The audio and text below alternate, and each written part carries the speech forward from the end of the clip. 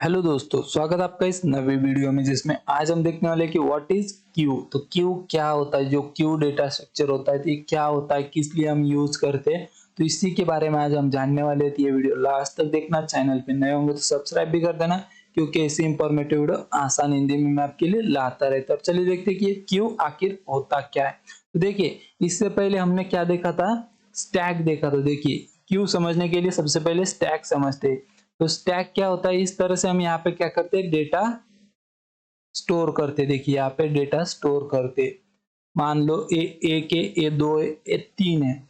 अब देखिए वहां पे क्या होता था, जो लास्ट इन था वो फर्स्ट आउट। यहाँ पे क्या, फर्स्ट इन फर्स्ट आउट, वहां पे क्या था, लास्ट इन फर्स्ट आउट। ये जो प्रिंसिपल था ना, ये स्टैक फॉलो करता था। ये जो स्टैक है ये, अब यहाँ पे क्या होता था कि जो सबसे लास्ट में गए ये सबसे पहले जाता था, मतलब ये जो सबसे लास्ट इन होने वाला था वो सबसे पहले निकलता था। बट जब हम बात करते हैं क्यू की, तो queue is a linear data structure that follows first in first out principle. तो यहाँ पे क्या होता है, ये जो वाला है ना, ये क्यू है, ये जो लाइन है। तो आप अगर किसी लाइन में लगते हो, किसी भी मतलब एटीएम की हो, किसी शॉप पे हो, वहां पे क्या होता है कि जो सबसे पहला लाइन में आया है उसका नंबर सबसे पहले लगता है। जो सबसे पहला लाइन में आया है उसका नंबर सबसे पहले लगता है, तो वो उसे फॉलो करता है। ये जो क्यू है ना, उसे ही फॉलो करता है। बट स्टैक वैसे नहीं था। स्टैक क्या करता था कि जो सबसे लास्ट आया था उसका नंबर फर्स्ट पे आता था, मतलब जो सबसे लास्ट वाला है उसका नंबर सबसे पहले आता था स्टैक में। यहाँ पे उल्टा है, यहाँ पे क्या है कि जो सबसे पहला आएगा उसका ही नंबर सबसे पहला आएगा क्यू में। ये होता है क्यू। क्यू में जो है ये एक लीनियर डेटा स्ट्रक्चर है कि जहाँ पे आप जो है एलिमेंट एक के बाद एक ऐड कर सकते हो और उसे रिमूव कर सकते हो। तो देखिए यहाँ पे क्या होता है कि जो क्यू है ये कहाँ पे यूज किया जाता है, ज्यादातर जो यहाँ पे हमारे जो टास्क शेड्यूलिंग होती है, बफरिंग होती है, ब्रेड फर्स्ट सर्च होता है ग्राफ एल्गोरिदम में। जैसे कि मान लो टास्क शेड्यूल करना मतलब क्या, कि हमारे पास जो है यहाँ पे मान लो तीन चार टास्क है, तीन चार टास्क है, हमें एक के बाद इसे शेड्यूल करना था। हम क्या करते हैं कि जो सबसे पहला टास्क आया था, मान लो सबसे पहले ए आया था, उसके बाद ये आया, उसके बाद ए आया, तो हम इसे शेड्यूल किस तरह से करेंगे।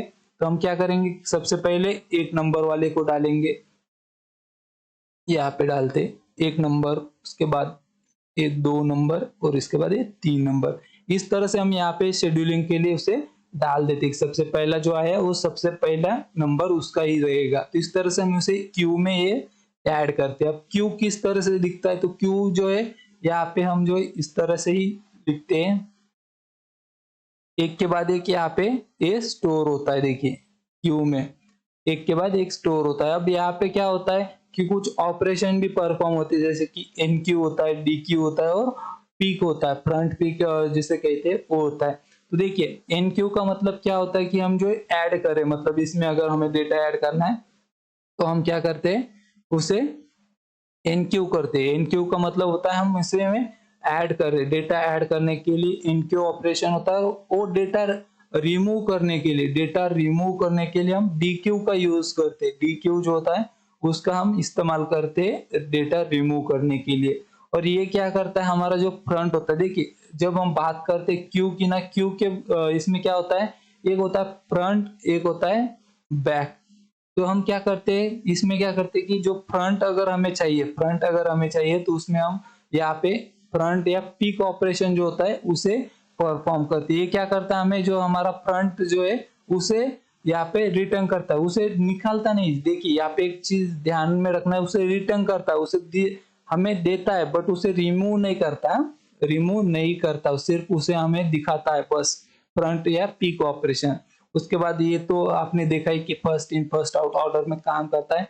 ये होता है क्यू। और क्यू के बारे में और भी कोई जानकारी चाहिए तो आप मुझे कमेंट में पूछ सकते हो, और फिर मुझे इंस्टाग्राम पे भी डीएम कर सकते हो।